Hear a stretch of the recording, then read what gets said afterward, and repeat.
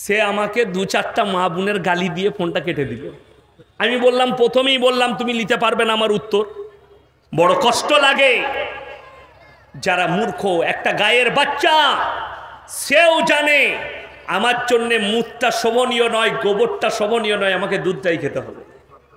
আর আল্লাহ তাআলা কোরআনে যতগুলো হালাল করেছেন এগুলো সব আমাদের জন্য বৈধ। জোরে বলুন সুবহানাল্লাহ। একজন আমাকে বোম্বেতে জিজ্ঞেস করছে, গুজরাটি, বললে ভাই হাম লোগ সির্ফ ভেজিটেবল হ্যাঁ, ভেজিটেরিয়ান, আমরা খালি সবজি খাই আর কিছু খাই না। আমি চ্যালেঞ্জ ছুড়ে বললাম, কোনো বিজ্ঞানের স্টুডেন্ট যদি থাকে, সে যদি চ্যালেঞ্জ অ্যাকসেপ্ট করে, একটা গাছের প্রাণ আছে কিনা সকলে বলুন। বিজ্ঞান বলছে গাছের প্রাণ আছে। একটা সবজি প্রাণ আছে, একটা গাছ, সবজি যেটা খাচ্ছেন, পালং শাক বলুন, ফুলকপি বলুন, যে কোনো সবজি তার প্রাণ আছে। তারা কথা বলতে আর লড়নচরণ করতে পারে না, কিন্তু আল্লাহ তাদেরকেও প্রাণ দিয়েছে। তাইলে তোকে শুধুমাত্র পানি খেয়ে থাকতে হবে। কথাটা বুঝতে পারেননি? প্রাণ মেরে যদি না খাস, আল্লাহ বললেন আমি তোমাদের জন্য যেগুলো হালাল করেছি তোমরা নির্দ্বিধায় খাও। এরপর চলুন, যে নেমক হারামরা বলছেন নবীর ওপরে তহমত লাগাচ্ছে, নাজিয়া ইলাই খান, তসলিমা নাসরিন, তোমার মতো হারামের আওলাদ শুনে নাও। অনেকজন মনে করবেন না জেনে কেউকে হারামের আওলাদ বলা যাবে না। আমার কাছে প্রুফ আছে, তসলিমা নাসরিন বৈধ সন্তান নয়, অবৈধ, ও নিজের মুখে বলেছে। যদি বলেন দলিল, বইটার নাম লজ্জা। বইটার নাম কি বললাম? লজ্জা। সেই লজ্জা বইয়ে লিখেছে, আমি আমার মাকে আমার চাচার মশারিতে দেখেছি, নিজে লিখছে। তো যার সম্পর্ক, যার মায়ের সম্পর্ক চাচার সাথে, যার জন্ম চাচা দিয়েছে, এটা বৈধ না অবৈধ ইসলামে? অবৈধ। তার মানে সে হারাম আওলাদ। তুমি নবীজির উপরে তহমত লাগাচ্ছ। শোনো, নাম্বার 1, ঈশ্বরচন্দ্র বিদ্যাসাগর, তিনি যখন বিবাহ করেছেন, তিনার স্ত্রীর বয়স ছিল মাত্র 8 বৎসর। কত বললাম? 8 বৎসর। দ্বিতীয় নম্বর, রবীন্দ্রনাথ ঠাকুর, কবিগুরু রবীন্দ্রনাথ ঠাকুর যখন বিবাহ করেছেন, তিনার স্ত্রীর বয়স ছিল 11 বৎসর। বঙ্কিমচন্দ্র চট্টোপাধ্যায় যখন বিবাহ করেছেন, তিনার স্ত্রীর বয়স ছিল মাত্র 5 বৎসর। আগে চলুন, দেবেন্দ্রনাথ ঠাকুর, তিনি যখন বিবাহ করেছেন, তিনার স্ত্রীর বয়স ছিল 6 বৎসর। শিবনাথ শাস্ত্রী যখন বিবাহ করেছেন, উনার স্ত্রীর বয়স ছিল আপনার 10। রাজনারায়ণ বসু, তিনি যখন বিবাহ করেছেন, স্ত্রীর বয়স ছিল 11। যতীন্দ্রনাথ ঠাকুর, তিনি যখন বিবাহ করেছেন, তিনার স্ত্রীর বয়স ছিল মাত্র 8 বৎসর। আপনার সতেন্দ্রনাথ ঠাকুর যখন বিবাহ করেছেন, তিনার স্ত্রীর বয়স ছিল মাত্র 7 বৎসর। ইনাদের মধ্যে সব থেকে কম বয়সী বিবি কার? বঙ্কিমচন্দ্র চট্টোপাধ্যায়ের। আমি বলে যাচ্ছি, আমাদের কোনো মুসলমান এটাতে আপত্তি করেনি, করেছে? কথা বলেন। আমাদের কাছে আপত্তিও নেই। কেন? তিনারা বিবাহ করেছেন, তার মধ্যে তিনারা ভালো জানবেন। আজকে বলছে মুসলমান বাল্য বিবাহ করে। আল্লাহর নবী ছোট্ট মা আয়েশাকে বিবাহ করে নুপুর শর্মার মতো হারামের औलाद कान खुलकर सुन लो। अगर अल्लाह के रसूल ने 6 साल की आयशा को निकाह कर कर अगर गलत काम किया है तो मैंने जिन लोगों का नाम लिया इन लोगों के बारे में बोल के दिखाओ। अगर हिम्मत है तो बोल के दिखाओ।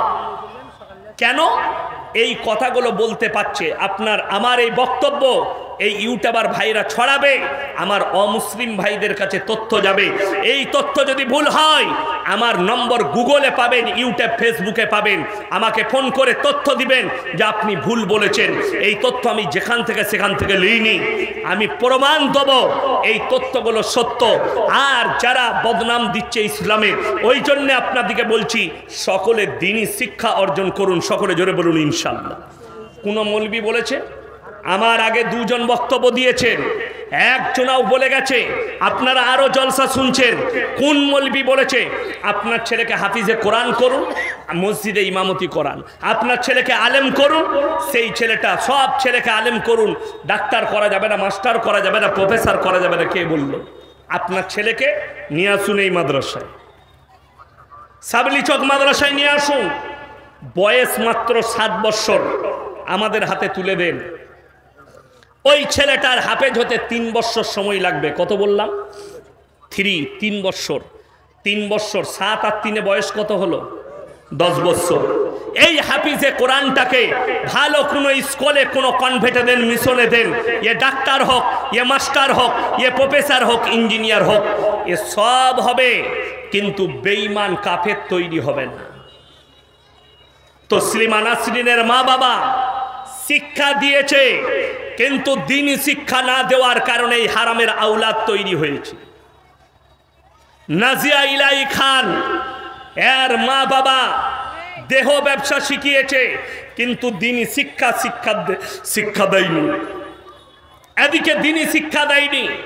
অর্থাৎ এই ধরনের বেঈমানের কাছ থেকে নিজেদের ইমানকে সবাই বাঁচাবো, জোরে বলুন ইনশাআল্লাহ। আর দ্বীনি শিক্ষা অর্জন করুন। আপনি জানেন না কতটা প্রয়োজন। বেঈমান কাফেররা আপনার উপরে জাল ছুঁড়েছে, আপনি ওই জাল থেকে বেরোতে পারবেন না। ওই জাল থেকে বেরোনো কঠিন হয়ে গেছে। ওই জাল থেকে বেরোনো আমার জন্য সহজ নয়। আজকে দেখলেন, আপনি ভেবে চিনতে দেখুন, আপনি কি মালের বরকত পাচ্ছেন? পাচ্ছেন না। আপনার কামাইয়ের বরকত পাচ্ছেন কেন? একটাই কারণ, যে আপনার কাছে, আপনার বাড়িতে, আপনার ফ্যামিলিতে ইসলাম নেই, ইসলামী কৃষ্টি কালচার নেই, নবীজির আদর্শ নেই, সাহাবীর বিবিদের আদর্শ নেই, নবীর বিবিদের আদর্শ নেই। আপনার কাছে বরকত থাকবে কি করে? আপনি বরকত পাবেন কি করে?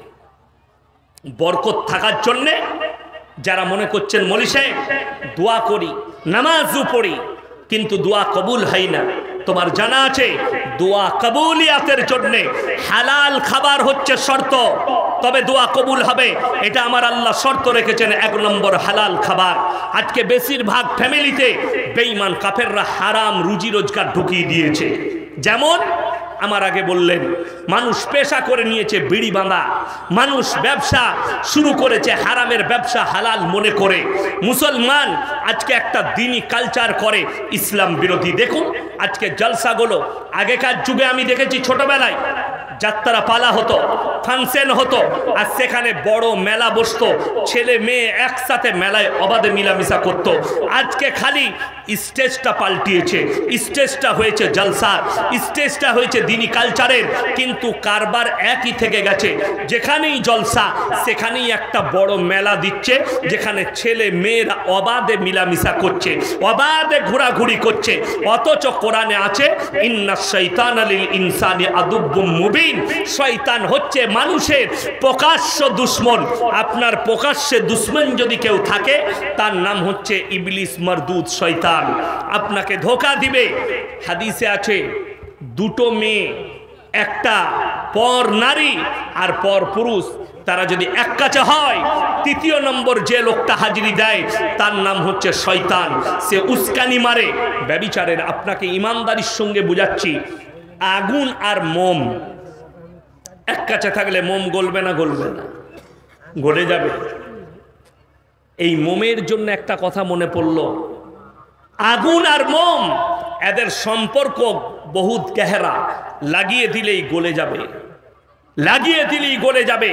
চুম্বক আর লোহার সম্পর্ক কাছাকাছি করলে আকর্ষণ করে টেনে নিজের কাছে সাঁটিয়ে ফেলবে। ঠিক একটা পর নারী আর পর পুরুষের সম্পর্ক একজাক্টলি এটাই। তারা যখন কাছে কাছে হবে, শয়তান তাদেরকে সাঁটিয়ে ফেলবে এবং জিনায় লিপ্ত করিয়ে দেবে। জিনা মানে আপনি কিছুই জানেন না। কিয়ামতের পূর্বে এমন একটা জায়গা আসবে, এমন একটা সময় আসবে, কিয়ামতের পূর্বে আমাদের সমাজে হারাম আওলাদে ভরে যাবে। আপনি রুখতে পারবেন। এটা বেঈমানদের মেহনত, ইহুদি নাসারাদের মেহনত, কাফেরের মেহনত, যে এদের মধ্যে হারাম আওলাদগুলো প্রমোট পাক, এরা দিন থেকে বিচ্ছিন্ন হয়ে যাক। এদের সম্পর্ক আলেমদের কাছ থেকে ছিনিয়ে নাও, এদের সম্পর্ক কোরআনের কাছ থেকে সরিয়ে দাও, এদের সম্পর্ক হাদিসের কাছ থেকে সরিয়ে দাও, এদের সম্পর্ক রসুল আকরাম সাল্লাল্লাহু আলাইহি সাল্লামের কাছ থেকে আলাদা করে দাও।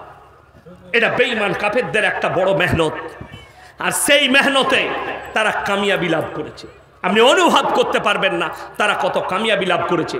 আমরা কিছুই জানি না। এই বাবাজিদের বয়স আমার বাপের বয়সী। ইনারা শুনলে অবাক হয়ে যাবেন। ইনারা আগেকার যুগের মানুষ, ইনাদের মন পরিষ্কার পরিচ্ছন্ন। ইনারা জানেই না যে কিভাবে আমাদের সন্তানকে প্রমোট করা হচ্ছে জিনা করার জন্যে, অথচ সেইগুলোকে আমাদের সমাজ অ্যাকসেপ্ট করছে।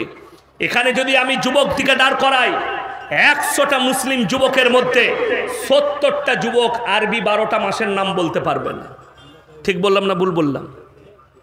আপনি মাদ্রাসার একটা আউয়াল ক্লাসের ছাত্র নিয়ে আসুন, সে আপনাকে 12টা মাসের নাম শুনিয়ে দিবে, 12টা মাসের নাম। অথচ একটা মুসলমানকে জিজ্ঞেস করুন, ই এখন থেকে প্ল্যান করে রেখেছে 1 জানুয়ারি কি কি অনুষ্ঠান করব। কালিয়াচকে বেশিরভাগ মুসলিম আছে না হিন্দু আছে? মুসলিম। 30 ডিসেম্বর 2023 সাল আমার জলসা ছিল 30 ডিসেম্বর মালদা গয়েশবাড়ি, সুজাপুর গয়েশবাড়িতে। আমি জলসা শেষ করেছি পাক্কা 11টা 45-এ। গাড়ি ছাড়লাম, 13 মিনিটে আমার ড্রাইভার গাড়িটা কালিয়াচক স্ট্যান্ডে লেগেছে। 13 মিনিট লেগেছে গয়েশবাড়ি থেকে, মাত্র 13 মিনিট দাঁড়িয়েছি। জ্যাম। কিসের জ্যাম? আমি ম্যানেজারকে বললাম, দেখো জ্যাম কিসের আছে, বাড়ি যাব। বলছে হুজুর দাঁড়াতে হবে। কি হয়েছে রে? বলছে গোটায় বোম বিছানো আছে, চারিদিকে মুসলিমদের যুবকরা দাঁড়িয়ে আছে, 1 জানুয়ারি পালন করবে, প্রশাসন বাবুরা দাঁড়িয়ে আছে। কাঁটাই কাঁটাই 12টা বাজলো, আগুন ধরিয়ে দিল বোমগুলো। কয়েক লক্ষ টাকার বোম ফাটিয়ে 1 জানুয়ারি পালন করলো।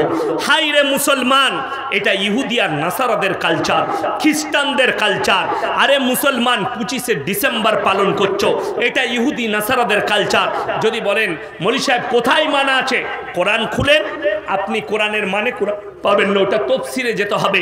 গায়রিল মাগযুবি আলাইহিম ওয়ালাদ দাল্লিন, মাগযুব মানে ইহুদি আর দাল্লিন মানে নাসারা।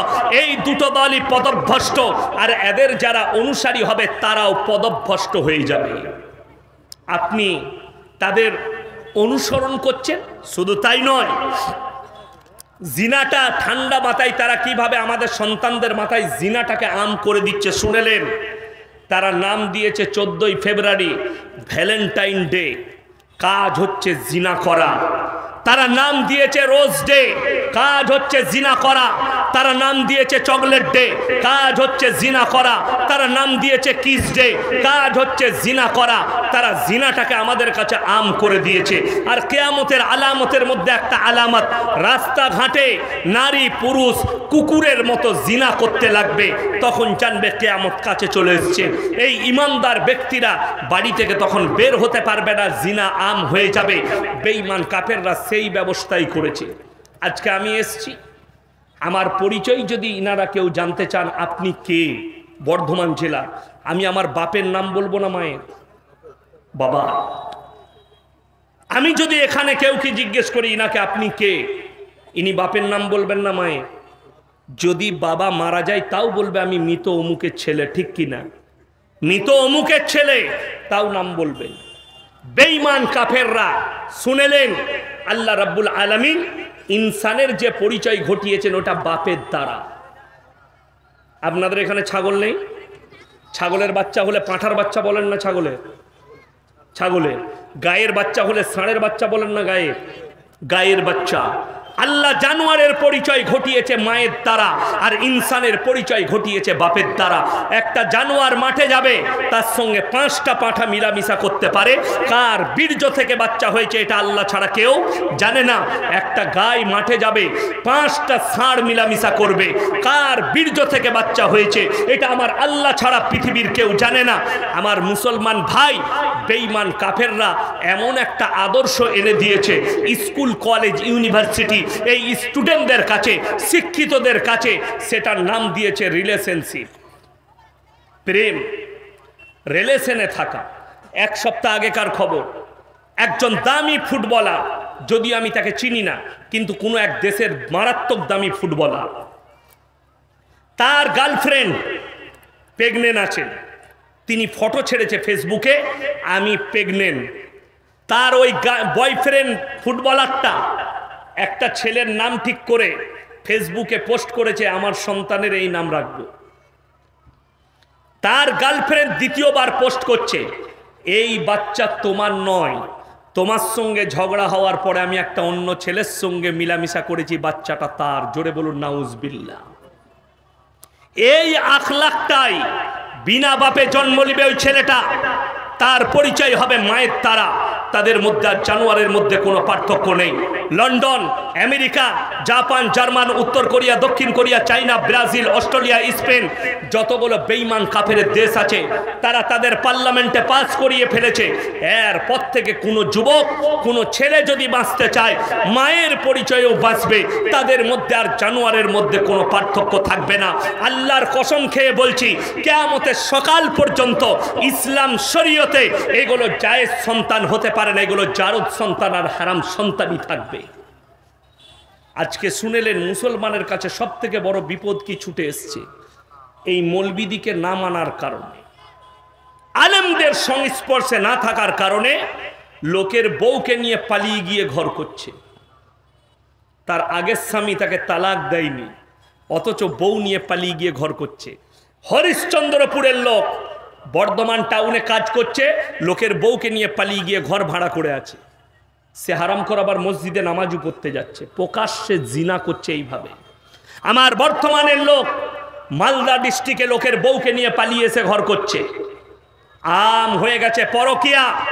শুনে যান হে আমার মুসলমান দিন দরদি ভাইয়েরা, এই মাদ্রাসায় এসছেন, এই মাদ্রাসাকে দেখতে পাচ্ছেন, সবাই কোরআনের সম্পর্কে আসবো। জোরে বলুন ইনশাআল্লাহ। প্রত্যেকটা বাড়িতে ইসলামিক কালচারকে নিয়ে আসুন। আপনি আপনার থানায় গিয়ে খুঁজলেন, ভারতের সুপ্রিম কোর্ট রায় দিয়েছে ভারতে পরকিয়া লিগেল। আল্লাহ নবীর পূর্বে বর্বরতার যুগের যে পাপগুলো ছিল সেগুলো একদিন মডেলিং হয়ে আসবে কিয়ামতের পূর্বে। আজকে জানেন মডেলিং যুগের সব থেকে দামি পাপ কি? তার নাম হচ্ছে সমকামী। ভারত রায় দিয়েছে সুপ্রিম কোর্ট, যারা সমকামী হবে, সমকামী অনেক মূর্খ চাষিবাসী লোক বুঝে না, আলেমরা ছাড়া, শিক্ষিতরা ছাড়া। সমকামী মানে হচ্ছে পুরুষে পুরুষে বিয়ে, নারীতে নারীতে বিয়ে। নাউজবিল্লাহ বলেন। যদি বলেন এই পাপ কবেকার, এই পাপে লিপ্ত হওয়ার কারণে আল্লাহ তাআলা হযরতে লূত নবীর কমকে রুটির মতো পাল্টিয়েছে। রুটির মতো সেই জায়গা যেখানে পাল্টিয়েছে, আজও একটা সেই সাগরে পোকামাকড় জন্মায় না, তার নাম দিয়েছে বৈজ্ঞানিকরা মরা সাগর। সেই সাগরের নাম মরা সাগর। তারা এতটাই অভিশপ্ত ছিল, আল্লাহ কোরআনে লাকির টেনে দিলেন, আমি লূত নবীর বিবিকে জাহান্নামে দেব। আমাদের দেশের একজন বাবা, নাম করছি না, তিনি বলছেন, আরে ये धर्म तो 1500 साल पहले आया। नबीजी কত বছর আগে এসেছেন? 1500 বছর। और हमारा धर्म 5000 साल पुराना है। দুঃখের কথা বলি, আপনারা মনে করবেন বাবা কি মিথ্যা বলেছে? না, বাবা সত্য বলেছে। কেন? নূহ নবীর জামানা থেকে গাছের উপাসনা, আগুনের উপাসনা, মূর্তির উপাসনা, পাথরের উপাসনা শুরু হয়েছে নূহ নবীর জামানা থেকে। নূহ নবীকে আল্লাহ পাঠিয়েছিলেন তাদেরকে হিদায়েতের রাস্তা দেখাবার জন্য, তাদের আকীদা ঠিক করার জন্য। দুঃখের বিষয়, তার বিবি পর্যন্ত বলেছে, আমি আমার পূর্বপুরুষের আখলাকেই টিকে থাকবো, আমি তোমার কথা, তোমার আল্লাহকে বিশ্বাস করব না। আল্লাহ কোরআনে লাকির টেনে দিলেন, হে আমার নবী, পৃথিবীর মানুষকে শোনাও। আজকে আমাদের দেশের লোক পাপের সাগরে ডুবে থাকে আর মনে মনে করে, আমি যখন অমুক মৌলবীকে ভালোবাসি, সে মৌলবী আমাকে জান্নাতে নিয়ে যাবে। হ্যাঁ, ওই জন্যই তো মাতাল বেশি। আমি লখনৌয় একবার আব্বাজির সঙ্গে জলসায় গিয়েছিলাম, আজ থেকে 12 বছর আগের কথা বলছি। তখন মোল্লা নাদওয়াতুল উলামার মোল্লা রাবে হোসনি সাহেব জীবিত ছিলেন। আমি গেলাম, বাপ বেটাই দেখা করতে গেলাম। আমি বললাম, হজরত কুछ नसीहत कर दीजिए। আমাকে কি নসিহত করলো জানেন? अरे भाई मुकर्रिर हो तुम बंगाल के, बंगाल और बिहार के ज्यादातर लोग शिरक और बिदात में डूबी हुई है, इनको निकालो, ये तुम्हारा मिशन है। আমি ওই লখনৌয় নাদওয়ায় বসে নিয়ত করেছিলাম, আমার আব্বাজি পুরো জিন্দগিটা শিরক আর বিদাতের পিছনে কাটিয়ে দিয়েছে। আমার আব্বার জানাজা কবার হয়েছে জানেন? 5 থেকে 6 বার, কিন্তু এখনো বেঁচে আছে। কারা করাইছে? জিলাপি হুজুর গুটকা খোররা এলান করে দিয়েছে, লোককে বলে দিয়েছে শওকত সাহেব মারা গেছে। আমি নিচে আজ থেকে 3 বছর আগেকার ঘটনা বলছি, আমি হাওড়া ডিস্ট্রিক্ট থেকে জলসা করে আসছি, গাড়ি ছেড়ে দিয়েছি, রাত 2টোয় জলসা শেষ হয়েছে। আমার আব্বাজি মুর্শিদাবাদ থেকে জলসা করে বাড়ি ফিরছেন। আমার আব্বাজিকে রাত 12টায় ফোন করে বলছে আপনার ছেলে ইয়াসিন অ্যাক্সিডেন্ট হয়ে স্পট ডেট হয়েছে। আব্বাজি ভয় খেয়ে গেছে। সাধারণ মানুষ এখনো বিশ্বাস করবেন না, একটা প্লেন মোবাইল ব্যবহার করে। আমি বলছিলাম যে একটা বড় মোবাইল দেবো, নেবেন? না না না, আমার চলবে না, পারবো না। পারে না। একজন গিফটও করেছিলেন, সেটা চালাতে পারেননি, বাড়িতে বাচ্চাদিকে দিয়ে দিলেন, আমার ভাইকে দিয়ে দিয়েছি, ছোট ভাই। আমি পারবো না, এটা চালাগা তোরা, ছোট মোবাইল। উনি জানেন না, ফোনটা কেটে দিলে।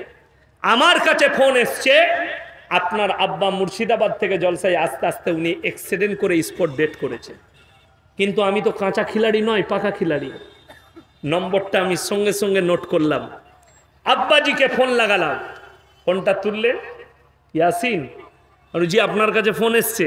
বললে তোমার কাছে? আমি বললাম আমার কাছেও এসছি। বিশ্বাস করুন দুঃখটা কোথায় লাগে।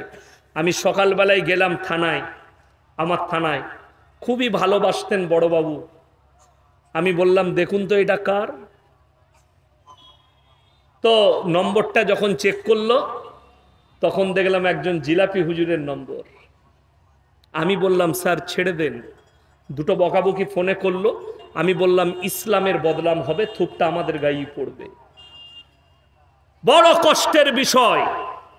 আমার আব্বার, আমি তো বলেই দিয়েছি আমার আব্বার 7 বার জানাজার হয়েছে, এরা আমার 15 বার করবে। 15 বার।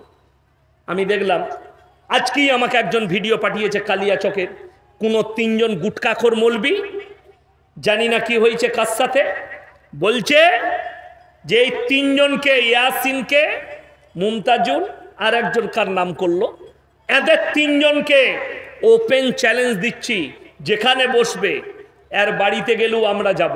তো আলহামদুলিল্লাহ আমি ওদের খবর জানি না, যদি তোমাদের হিম্মত থাকে আমার মাদ্রাসায় তোমাদেরকে দাওয়াত দিলাম, যটা গুটকাখোর আছো তোমরা যদি না পারো তোমাদের কবরে যে পীরগুলো শুয়ে আছে তাদেরকে তুলে নিয়ে এসো।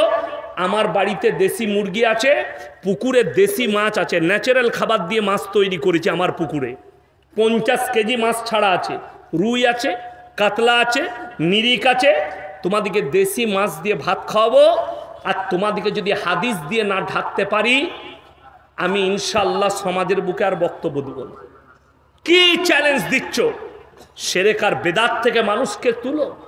আজকে আপনাদেরকে অনুরোধ করে যাচ্ছি, আপনি কোনো ইসলামিক কাজ করলে, অনুষ্ঠান করলে আগে মৌলবীদের সঙ্গে যোগাযোগ করুন। আমি যেটা করছি এটা শরীয়ত সম্মত কিনা, এটা ইসলাম সম্মত কিনা, এটা ইসলামের গণ্ডির ভেতরে আছে কিনা, না তার বাইরে। আমি করছি লোকের কাছ থেকে শুনে, ওইটাই তো। আমাকে একজন ফোন করে বলছে হুজুর মুসলমানের খানা করা যাবে? আমরা বাজনা বাজিয়ে কর, আর ওইটা চামড়াটাও খানাতে ফেলে দিবি, আরো মজা লাগবে। ওই জন্য আপনাদের ঝাড়খণ্ডের একটা আছে, প্রতিনিয়ত আমাকে গাল দিচ্ছে। আমি তাকে বলবো ভাই মুখের ভাষাটা ঠিক করো। বুখারী শরীফের হাদিসে আছে যারা অশ্লীল গালাগালি করে, ভাষা খারাপ করে, এটা মুনাফিকদের একটা বড় আলামত। তুমি ভাষা খারাপ করছো কেন? তার নাম গুটকাখোর জাহাঙ্গীর। বড় কষ্ট লাগে ভাই, শিরক বিদআতের ওপরে বললে তুমি গালি দিচ্ছ। আরে মুর্শিদাবাদের এক গন্ড মূর্খ আছে, জাহিলে মুরাক্কাব, ফতোয়া দিচ্ছে ওয়াহাবিরা মুরগি জবাই করলে খাওয়া যাবে না, আহলে হাদিসরা দেওবন্দিরা মুরগি জবাই করলে সেই মুরগি খেলে ঈমান চলে যাবে। ওদের সঙ্গে ওদের গিলাসে খাওয়া যাবে না, ওদের প্লেটে খাওয়া যাবে না, ওদের সঙ্গে বিটির বিয়ে দেওয়া যাবে না। এরপর আমি উত্তর দিই, দুঃখটা কোথায়? এই জুবের, ঠিক আছে, এই জুবের, মুফতি জুবের, এ দেখলাম উমরা করতে যাচ্ছে। ইমানদারির সঙ্গে বলুন, মক্কায় যে মার্বেল পাথরটা বিছানো আছে সেটা কারা বিছুইছে? ওয়াহাবিরা। মক্কায় যে হোটেল আছে কাদের? ওয়াহাবিদের। মক্কায় যে খেজুরটা কিনে খাবে ওয়াহাবিদের, বাগানটা ওয়াহাবিদের। তাহলে তোর ইমানটা কি হবে? গত বছরে আমার ড্রাইভারকে জিজ্ঞেস করে আসুন, মেদিনীপুরে জলসা, আমি দাউদ লুবো না, আমাকে ছাড়বে না। আমাকে বললে হুজুর ফজরের পরও 1 ঘন্টা বলতে হবে। আমার এক বন্ধু পার্টির নেতা, সে বললে আমার শ্বশুর গ্রাম, আপনাকে বলতেই হবে। যাব আলহামদুলিল্লাহ। বললে আপনি এসে ঘুমাবেন, ফজরের নামাজের পরে আপনি 1 ঘন্টা বলে দিবেন। আমার হবে। একটা মেদিনীপুরের হুজুর আছে, সে ফাতোয়া দিয়েছে এদের পেছনে নামাজ পড়লে ঈমান চলে যাবে। বাবাজিরা তোমরা নামাজ পড়ো না। আলহামদুলিল্লাহ, দারুণ ফতোয়া। সেই মসজিদে ফজরের নামাজের ইমামতি করলাম আমি, মেদিনীপুরে কোলাঘাটে আমি ইমামতি করলাম। আমার পেছনে ওই হুজুর নামাজ পড়লো। আমি স্টেজে চেপে বললাম, এই হুজুর ফতোয়া দিয়েছিল যে এদের পেছনে নামাজ পড়ো না, অথচ আজকে তিনি আমার পেছনে নামাজ পড়ে গেলেন। এদের ফতোয়া আলাদা, আমল আলাদা। এদের সঙ্গে মোলাকাত করলে বিবির তালাক হয়ে যাবে। আমি আপনাকে প্রমাণ দিচ্ছি। সেই বক্তা যদি আমার বক্তব্য শুনেন, তাকে অনুরোধ করব আপনি জিজ্ঞেস করুন। আমি কালিয়াচকে রাত 2টোয় দাঁড়িয়েছি, বাড়ির জন্য ফল কিনছি। আপনাদের এই মানিকচক এলাকা থেকে জলসা করে সেই হুজুর গেলেন, বেরেলবি ভাইদের হুজুর, 3 তালা টুপি আছে, বাইক নিয়ে দাঁড়ালেন, আমাকে মুলাকাত করলেন। হুজুর সালাম আলাইকুম, আমি কি আপনার সাথে একটা ফটো নিতে পারি? লাও, সবাই নিচ্ছে, তুমি কেন বাদ যাবে? সে আমার সঙ্গে একটা সেলফি নিল। আমি তাকে বললাম, ভাই খালি একটা কথা বলবো, রাগ করেন না। কি? আমি তোমাদের মৌলবীরা ফতোয়া দিচ্ছে স্টেজে যে এদের মৌলবীদের সঙ্গে মুলাকাত করলে বিবির তালাক হয়ে যাবে। কে বলেছে? জুবের বলেছে। সে বলছে ও হারামখোর। এই মৌলবী তখন বলছে ও হারামখোর। আমি বললাম, ভাই তুমি স্টেজে এই ফতোয়া দিতে পারবে? পারবে না। আর আমি তাকে বললাম, না, আমাদের একটা মৌলবীর মুখ থেকে শোনাতে পারবে না যে তোমাদিকে কাফের ফতোয়া দিয়েছে। আমরা খালি বলেছি যে কবর পুজো করবে, কবরে সিজদা দিবে, কবরে যে সিন্নি দিবে, যারা শিরক আর বেদাতে ডুবে থাকবে তাদের পেছনে নামাজ হবে না। আমরা তারাই কুফরি করছে এবং মুশরিক, এই কথাই বলেছি। প্রত্যেকটা ভাই নিয়ত করুন, আমরা শিরক বেদাত থেকে বাঁচবো, অপরকে বাঁচাবো। জোরে বলুন ইনশাআল্লাহ। যেটা শুনে যাচ্ছেন অপরের কাছে পৌঁছে দেন, এটাই হচ্ছে ইসলাম।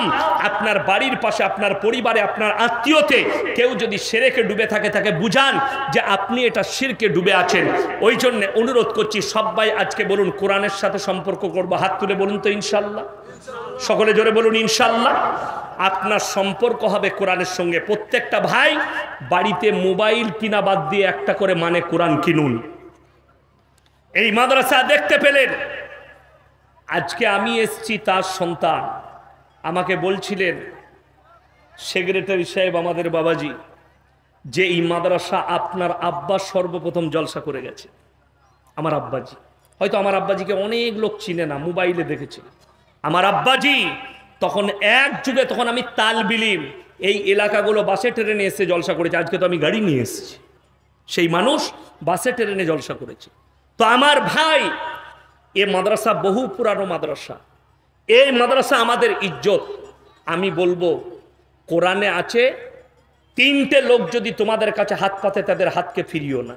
নাম্বার 1, ওয়া আতিদাল কুরবা, তোমাদের কাছের গরিব, ওয়াল ইয়াতামা ওয়াল মাসাকিন, এতিম আর মিসকিন, ওয়াবনাস সাবিল ওয়ালা তুবাদ্দির তাবদীরা। আর 3য় নম্বর, মুসাফির যদি তোমাদের কাছে হাত পাতে, তাদের হাতকে জীবনে ফিরিও না। আজকের এই মজমায় সবথেকে বড় মুসাফির কে? আমি। 400 কিলোমিটার এসেছি। আমার ভাই, আমি আপনাদের মধ্যে 30 জন ব্যক্তিকে দেখতে চাই, উঠে আসুন। 1000 করে কোরআনের জন্য টাকা দিবেন আর আমার সাথে মুলাকাত করবেন। টাকা যদি না থাকে, কমপক্ষে ফোন পেতে টাকা দিয়ে যান, তা না হলে নামটা লেখান, পরশু দিবেন, তরশু দিবেন। 30 জন আল্লাহর বান্দা কোরআনের জন্য, 30 পারা কোরআন, 30টা কোরআনের জন্য কে কে আছেন? তাড়াতাড়ি উঠে আসুন। আমি 30 জন ব্যক্তি চাই। আমার মায়েদের মধ্যে কে আছেন? বোনেদের মধ্যে কে আছেন?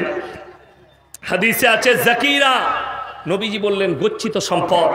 কিয়ামতের দিনে মানুষ কাঁদতে শুরু করবে। আমি যদি আরো কিছু বেশি টাকা দিতাম, আমার জন্য মঙ্গল হতো। আমার ভাই, 1 নম্বর 1000 টাকা, ভাই চলে যাবার আগে 50-10 দিয়ে যাবেন আমার হাতে। যারা চলে যাচ্ছেন অনুরোধ করে বলছি, মাত্র 1000 করে 30 জন ব্যক্তির কাছে চেয়েছি। 30 জন আল্লাহর বান্দা কে কে আছেন?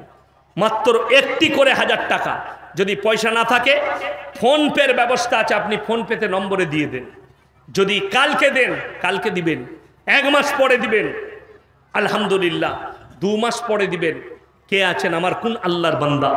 আমার মায়েদের মধ্যে যদি কেউ থাকেন, আমার বোনেদের মধ্যে যদি কেউ থাকেন আসুন ভাই, জাযাকাল্লাহ, আলহামদুলিল্লাহ।